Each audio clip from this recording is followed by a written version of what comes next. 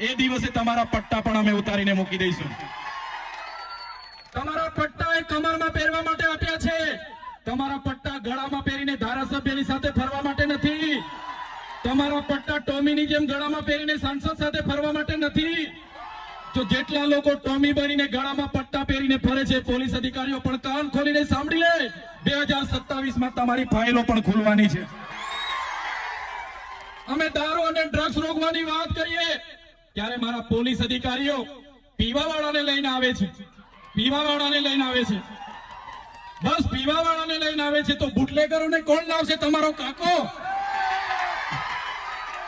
તમને પીવાવાળા દેખાય છે ને વેચવાવાળા દેખાતા નથી।